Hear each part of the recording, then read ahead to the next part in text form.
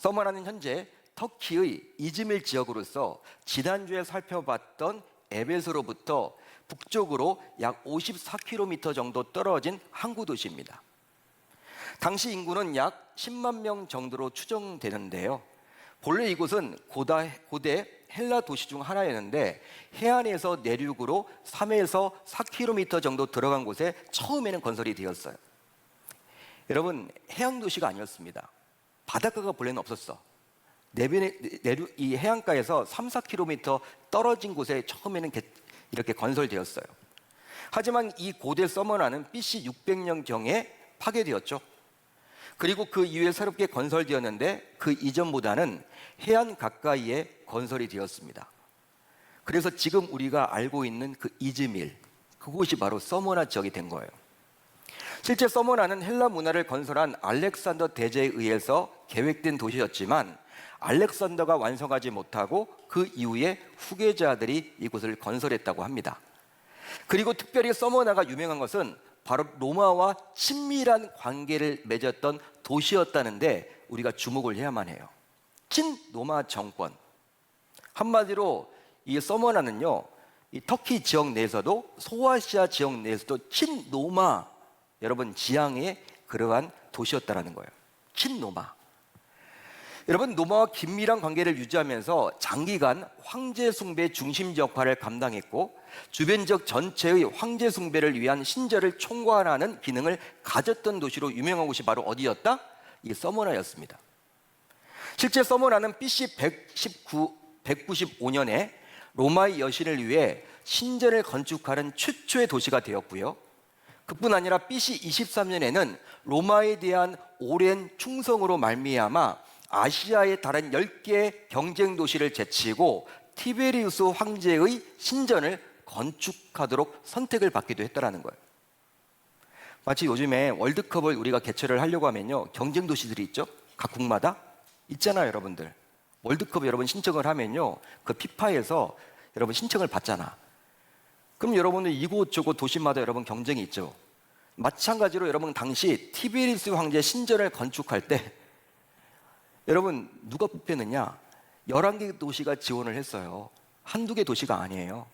뽑혀서 결과적으로는 서머나가 당첨이 됐다는 거예요. 이런 측면으로 볼 때 서머나는 완전히 파괴되었다가 다시 건설된 도시로서 로마 제국에 있어서도 아주 중요한 도시였으며 그 결과 로마 제국의 후광을 입어서 경제적으로도 번영된 도시였다는 거예요. 여러분, 로마 황제 입장에서는요, 예를 들어서 로마 제국에서 어떤 공장을 짓는다고 칩시다. 어떤 공장을 지을 때 아무 곳에 짓지 않겠죠. 여러분, 기왕이면 어떤 곳에 지어요? 여러분, 자기랑 여러분 친밀한 곳에 짓겠죠. 자기를 숭배하는 곳에 짓겠죠. 친로마 사람들이 많이 머무는 곳에 짓겠죠. 여러분, 그러다 보니까 이 서머나 지역에 많은 공장과 유통단지들 또 해안가를 끼다 보니까 산업이 발달하게 되었다는 거예요.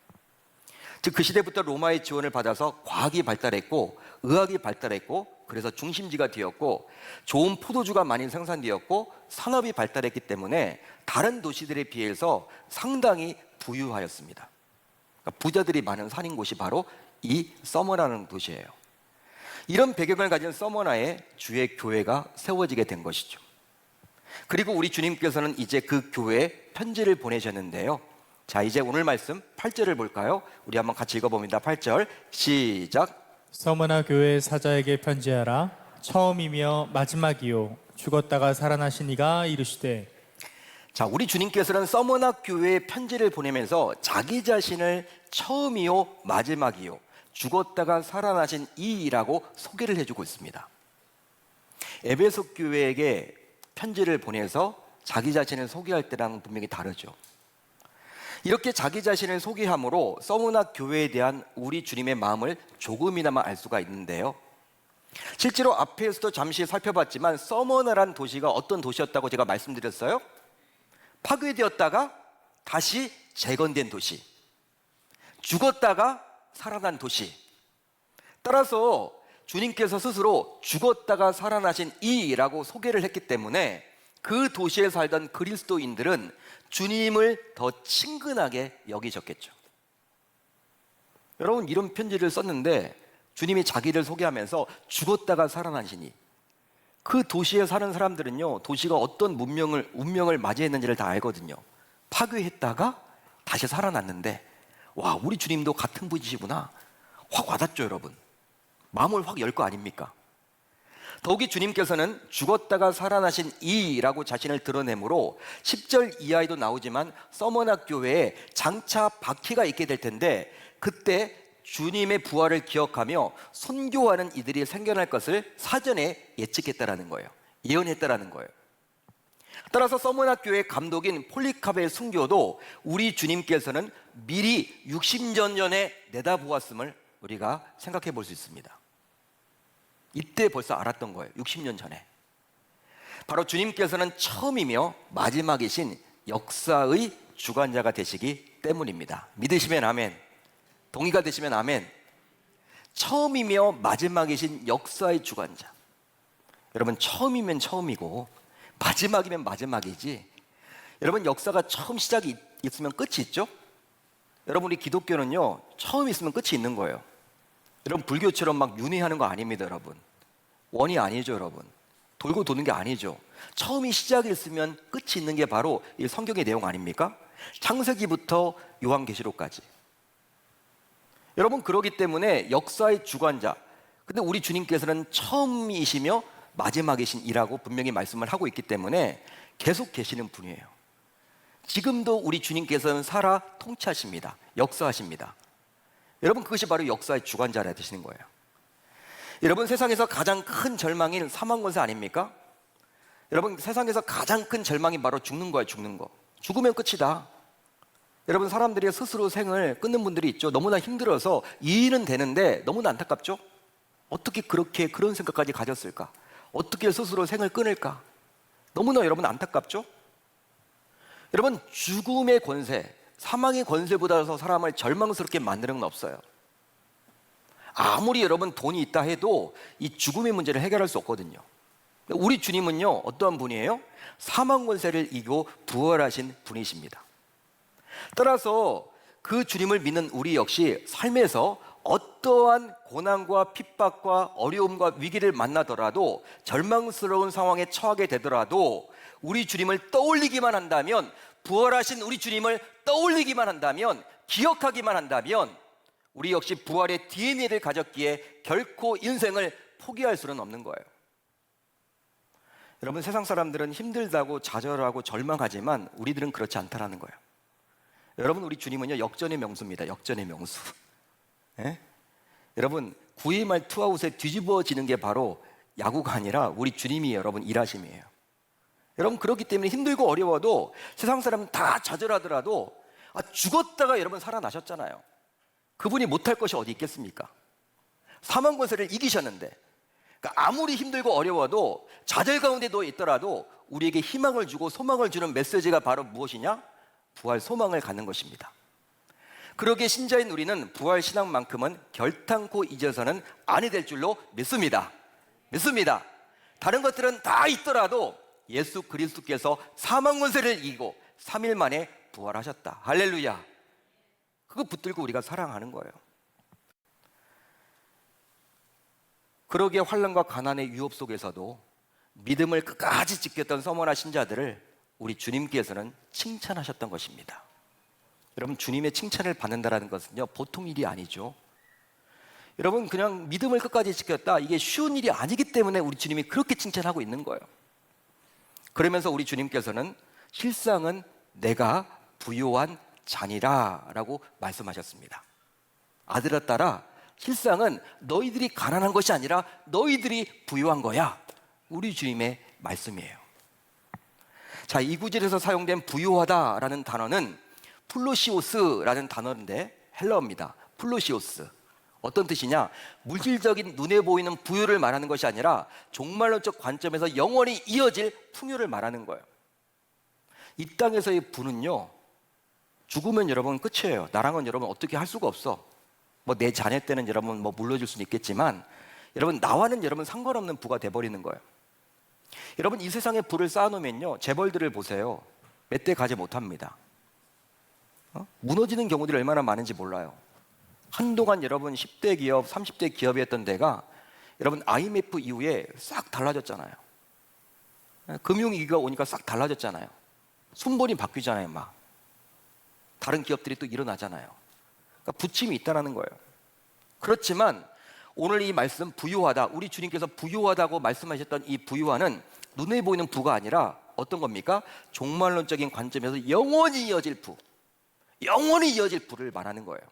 풍족을 말하는 거예요. 즉 유한한 이 세상에서 고난과 환난을 감수하는 자에게 주어지는 영원한 하나님의 나라의 풍요를 말하는 것입니다. 이런 풍요를 하나님께서는 저와 여러분들에게 주시겠다고 약속을 해주고 있는 거예요. 잘 견디라는 것이죠. 잘 이겨내라는 것이죠. 그래서일까요? 우리 주님께서는 이 세상에 눈에 보이는 부자를 칭찬하지 않으시고 오로지 영적인 부자를 칭찬해주고 계십니다. 왜냐하면 바울의 권면처럼 돈을 탐내서 부자가 되는 순간 믿음에서 떠나기가 쉽기 때문입니다. 여러분, 예수님께서도 분명히 여러분 우리들에게 이야기하셨죠? 하나님이냐 돈이냐 선택을 해야 된다. 선택을 해야 된다. 여러분, 우리가 천국 갈 믿음을 가지려면요, 그렇기 때문에 돈의 문제를 통과해야 돼. 돈에서 여러분 자유하셔야 돼. 돈의 노예로 살아서는 안 돼. 기독교는 돈 자체를 여러분 나쁘다라고 이야기하지 않습니다. 부정적으로 보지 않습니다. 물론 아브라함도 거부였고 이삭도 거부였고 욥이라는 사람은 더 거부였죠. 동방이 거부였죠. 지금 같으면 재벌이었습니다. 부 자체를 뭐라고 하진 않아요. 그렇지만 예수님께서는 반면에 부자가 천국에 들어가기가 쉽지 않다라고 분명히 말을 해주고 있죠. 바울은 여러분 이것은 어떻게 합니까? 돈에 집착하고 돈에 여러분 사랑하게 되면요, 이제 돈의 노예로 살게 되어서 결국 믿음에서 걱정하면서 믿음을 떠나기 때문에 결국 천국에 가기 쉽지 않다라고 분명히 말을 해주고 있는 거예요. 그러기에 신자인 우리는 이제 모두 함께 결단하면 좋겠어요. 혼자 결단하면 쉽지 않은데 함께 결단하시면 좋겠습니다. 바로 사람들이 칭찬하는 눈에 보이는 부유함이 아니라 우리 주님께서 칭찬하는 눈에 보이지 않은 영적인 부유함을 소망하겠다고 말이죠. 그렇게 해보시는 저와 여러분들이 다 되실 수 있기를 바랍니다. 바랍니다. 해보는 거예요, 여러분. 우리 주님은 이 세상에서 여러분 어떤 비트코인이나 어떤 여러분 증권이나 어떤 부동산이나 이런 것에 관심이 있는 게 아니에요, 여러분. 그런 세상에 말하는 소위 그런 부자에 관심이 있는 것이 아니라 영적인 부자들에게 관심이 있다는 사실이에요. 자, 이제 계속해서 10절을 볼까요? 여러분 10절을 보시면 우리 주님께서는 지금도 잘하고 있지만 좀 더 잘하면 좋겠다라는 기대를 담아서 서머나 교인들을 권면했는데요, 질책이 이어지지 않고 계속해서 잘하고 있다, 잘하고 있다, 하나만 더 잘 해보자, 그렇게 지금 말을 해주고 있다는 거예요. 너는 장차 받을 고난을 두려워하지 말라. 볼지어다 마귀가 장차 너희 가운데에서 몇 사람을 옥에 던져 시험을 받게 하리니 너희가 10일 동안 환난을 받으리라. 앞에서도 살펴봤지만 유대인들의 고발로 인해서 서머나 교회는 큰 어려움을 겪게 되었는데요, 심지어는 처형될 것이기에 두려워하지 말라고 우리 주님은 말씀하고 계십니다. 너 두려워하지 마. 죽더라도 두려워하지 마. 처형될 수도 있어. 옥에 갇힐 수도 있어. 그거 가지고 두려워하지 마. 앞으로 그런 일이 벌어질 거야. 여러분, 요한계시록의 예언서 아닙니까? 우리 주님이 지금 그렇게 경고를 해주고 있는 거예요. 바로 이 말씀을 하셨던 주님께서 친히 부활의 본을 보여주셨기 때문에 당시 주님을 믿었던 그들에게 이런 주님의 말씀은 커다란 위로가 되었겠죠. 여러분, 그런데 여기에서 환난의 기간을 말해주고 있습니다. 환난의 기간. 며칠이라고 이야기를 해주고 있어요? 며칠이라고 나와 있습니까? 10일 동안, 열흘 동안 환난 당할 것이라고 표현해주고 있습니다. 열흘. 하지만 요한계시록에 나오는 숫자는 숫자 그대로 풀면 곤란해요. 그러니까 우리 성도님들은 자꾸 숫자에 민감해. 요한계시록을 보시면서도 666, 666에 여러분 왜 이렇게 민감한지 모르겠어. 그리고 14만 4천 명. 여러분 왜 거기에 이렇게 민감하세요? 오늘 말씀도 10일. 이건 뭐야? 요한계시록에 나오는 숫자는요, 숫자 그대로 풀면 곤란합니다. 바로 숫자에는 의미가 담겨져 있기 때문인데요. 자, 그렇다면 여기에 나오는 열흘은 어떤 의미가 담겨져 있는 것일까요? 이걸 여러분 풀려면 다니엘서를 알아야 돼. 요한계시록은 다니엘서와 연결이 됩니다. 자, 여러분, 다니엘서 1장을 보게 되면 다니엘과 세 친구가 처음 바벨론의 포로로 끌려왔습니다. 그런데 그들은 왕의 진미를 먹지 않겠다라고 뜻을 정했어요. 왕의 음식을 먹지 않겠다. 그래서 그들은 왕의 환관장에게 왕의 진미를 먹지 않은 자신들을 시험해 달라고 요청을 했는데 그들 스스로 딱 기한을 정했습니다. 그들이 정한 기한이 바로 며칠이었습니까? 열흘이었다는 사실이에요. 10일이었습니다. 창하온이 당신의 종들을 열흘 동안 시험하여 채식을 주어 먹게 하고 물을 주어 마시게 한 후에, 따라서 오늘 본문에서는 다니엘서에 나왔던 그 열흘간의 테스트를 사도 요한이 그대로 들고 온 거예요. 여러분, 다니엘과 세 친구가 왕의 진미를 먹지 않겠다라고 한 것은 다른 이유가 아닙니다. 먹으면 여러분 건강해요. 좋은 거예요. 여러분, 왕의 진미가 얼마나 기름집니까? 여러분, 청소년들이 여러분들 이렇게 기름진 거 참 좋아하잖아요. 예? 중고등학교 학생들이 여러분 고기가 있어야 돼요. 고기 반찬이. 왕의 진미는 여러분 고기 반찬 투성이야. 다니엘과 여러분 세 친구는 소년들이었습니다. 청년들이었어요. 청소년들이었어요. 그렇기 때문에 여러분 이 고기 반찬 얼마나 좋겠습니까? 영양가도 있고. 그걸 여러분 왜 안 먹습니까? 왜 안 먹겠다라고 이야기합니까? 바로 무엇이냐면 그것이 우선에서 우상에게 바쳐지는 음식이었기 때문에. 다니엘과 세 친구는 신앙을 지키고자 목숨을 걸고 그러기 때문에 왕의 진미를 먹지 않으려 했던 거예요. 그래서일까요? 사도 요한은 당시 서머나 교인들의 상황과 다니엘과 세 친구의 상황이 결코 다르지 않았다라고 봤던 거예요. 당시 서머나 교인들은 유대인들의 고발로 인해서 로마 황제를 주님으로 고백해야 하는 환난 속에 놓이게 되었지만 그 환난이 열흘이라는 것은 짧은 기간임을 지금 이야기해주고 있는 거예요. 짧은 기간이다. 따라서 이 말씀 안에는 다니엘과 세 친구도 이겨내지 않았느냐. 여러분, 왕이 먹으라고 하는데 먹지 않겠다. 포로인데 죽어요. 여러분, 잘못하면 죽음을 각오하고 이야기하는 거야. 우리는 다니엘서 1장을 볼 때 뭐 그럴 수도 있겠지, 참 쉽게 생각하는데 우리는 못하는 일이에요. 여러분, 쉽지 않은 거예요. 목에 칼이 들어오는데 예수 믿으면 죽이겠다고 하는데 그거와 같은 거예요. 여러분, 그런데 먹을 수 없다는 거죠. 신앙을 지키기 위해서는. 그들이 이겨냈잖아요. 다니엘과 세 친구 다 이겨냈잖아요. 그렇듯이 너희들도 이 위기와 어려움과 환난과 가난을 이겨내라는 거예요. 끝까지 승리해야 된다는 거예요. 잠시라는 거예요. 물론 로마 시대의 박해는요 결코 짧지 않은 기한임에 틀림이 없습니다. 열흘이 아니죠, 여러분. 하지만 하나님의 관점으로 보게 되면 그 시간은 지극히 짧다고 볼 수 있는 것입니다. 하나님의 관점으로 보게 되면. 따라서 이렇게 열흘이라고 표현해 주므로 환난을 끝까지 참아내라는 우리 주님의 의도가 담겨져 있다라고 볼 수 있는 것이죠. 사랑하는 아들아, 딸아, 이겨내야지. 금방, 진짜 금방 지나가. 예? 열흘이면 지나가. 이 위기 이겨내야지. 너 끝까지 믿음 지켜야 돼. 중간에 포기해서는 안 돼. 중간에 배교해서는 안 되는 거야. 신앙은 끝까지 뜨거워야 하는 거야. 지금 안타까운 마음으로 우리 주님께서 그 이야기를 지금 해주고 있는 거예요. 그러기에 우리 주님께서는 다음과 같이 말씀합니다. 바로 오늘 설교의 제목처럼 내가 죽도록 충성하라. 내가 죽도록 충성하라. 내가 죽도록 충성하라. 여러분, 이 말의 원어적인 의미는 뭐예요? 자꾸 우리는 충성하니까 어떤 사역만 열심히 해라 그렇게 와닿는데, 그래서 어떤 헌신 예배에서 주로 이야기를 하지 않습니까, 목사님들이? 저는 동의하지 않습니다. 원어를 보게 되면요, 내가 충성하라 이 말은 어떤 뜻이 담겨져 있냐면 내가 끝까지 주님을 신뢰하라 그 말이에요. 끝까지 주님 놓쳐서는 안 된다. 신뢰하라, 그런 말이 가까워요. 저 같으면 그렇게 번역을 하겠어요. 설령신앙을 지키고자 옥에 갇히고 심지어 죽게 된다고 하더라도, 그리고 가난하게 살아갈 수밖에 없게 되더라도 결코 신앙을 포기해서는 아니 되고 끝까지 신실하게 예수를 부인하지 말라는 메시지입니다. 당부예요. 한마디로 죽음의 위협 앞에서도 하나님을 향한 신실함을 상실해서는 결단코 아니 된다라는 것이죠. 이제 그러한 자들에게 우리 주님께서는 다음을 약속해 주십니다. 이제 마지막 부분이에요. 다음을 약속해 주시는데요, 그리하면 내가 죽도록 충성하면 그리하면 내가 생명의 관을 내게 주리라. 귀 있는 자는 성령이 교회들에게 하시는 말씀을 들을지어다. 이기는 자는 둘째 사망의 해를 받지 아니하리라. 할렐루야. 할렐루야. 이것 붙들고 우리는 끝까지 믿음을 지켜야 한다는 거예요. 한마디로. 첫째 무엇입니까? 환난을 참는 자들에게는 생명의 관을 주시겠다라고 약속하셨습니다. 생명의 관.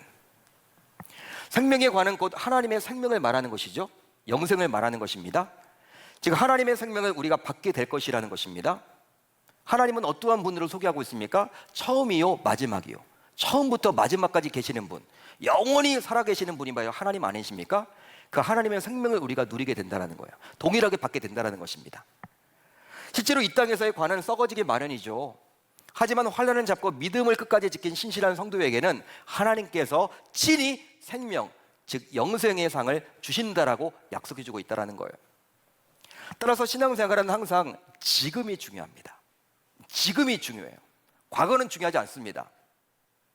하지만 일부 성도들 가운데서는 예전에는 신앙생활을 참 잘해왔는데 지금은 잘하지 못한다라고 고백하는 분들이 있어요. 너무나 안타깝죠. 즉 코로나 전에는 순교할 만큼 신앙이 뜨거웠는데 지금은 오히려 배교에 가까워졌다라는 분들도 있습니다. 아, 그때는 좋았는데 코로나 전에는 다 믿음이 식어져 버렸어. 그러나 과거에 아무리 화려한 신앙생활을 해봤더라도 그것은 우리 주님 앞에서 내세울 것이 못 된다는 사실이에요. 따라서 신자인 우리는 주님께서 다시 오시거나 혹은 우리 주님의 부르심을 받는 그날까지 어떤 환난이 닥치더라도 즉 코로나보다도 더 강한 위협이 우리를 찾아오더라도 신앙을 반드시 지킬 수 있어야만 할 줄로 믿습니다. 믿습니다. 여러분 코로나보다 더 센 게 와요. 말세에는 올 거예요. 여러분 이걸로 끝이 아닙니다. 코로나라고 해서 여러분 믿음이 이렇게 확 식어져 버리면 나중에 어떡할래요? 이것보다 더 센 게 오면 포기해 버리실래요? 구원받지 못하는데 그러면 영생을 얻지 못하는데 여러분 그래서는 아니 되잖아요. 끝이 중요해요. 끝이. 우리 주님 부르시는 그날까지 우리는 예수 끈을 붙들고 있어야 되는 거예요.